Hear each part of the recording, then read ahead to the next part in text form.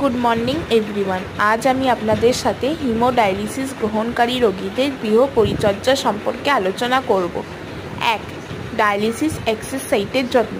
প্রতিদিন access site পরীক্ষা করা, লাল ভাব, ফোলা, ব্যথা, তরল মিশ্রণ ইত্যাদি পরীক্ষা করা। সাইটটি পরিষ্কার ও শুকনো রাখা। সাইটে চাপ পড়া বা ভারী বস্তু তোলা এড়ানো। ফিস্চুলার হাতের উপর ঘুমানো নিষিদ্ধ। 2. ওষুধের সঠিক ব্যবহার। নিয়মিত ওষুধ গ্রহণ নিশ্চিত করা, যেমন রক্তচাপ নিয়ন্ত্রণকারী, ফসফেট বাইন্ডার, এরিথ্রোপোয়েটিন। পার্শ্ব প্রতিক্রিয়া নজরে রাখা। ওষুধ খাওয়ার সময় ও ডোজ স্মরণে রাখতে ওষুধের তালিকা তৈরি করা।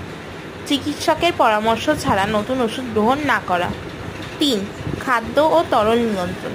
কম সোডিয়াম, পটাশিয়াম ও ফসফরাসযুক্ত খাদ্য গ্রহণ করবেন।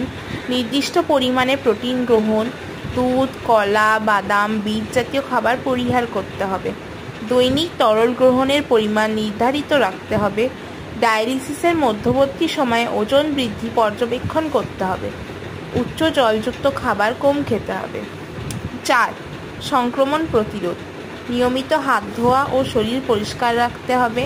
ক্যাথেটার বা অ্যাক্সেস সাইটের যত্ন নেওয়ার সময় জীবাণুমুক্ত উপকরণ ব্যবহার করতে হবে। জ্বর, কাঁপুনি, সাইটে ব্যথা বা পুঁজ দেখা দিলে সঙ্গে সঙ্গে চিকিৎসকের সঙ্গে যোগাযোগ করতে হবে।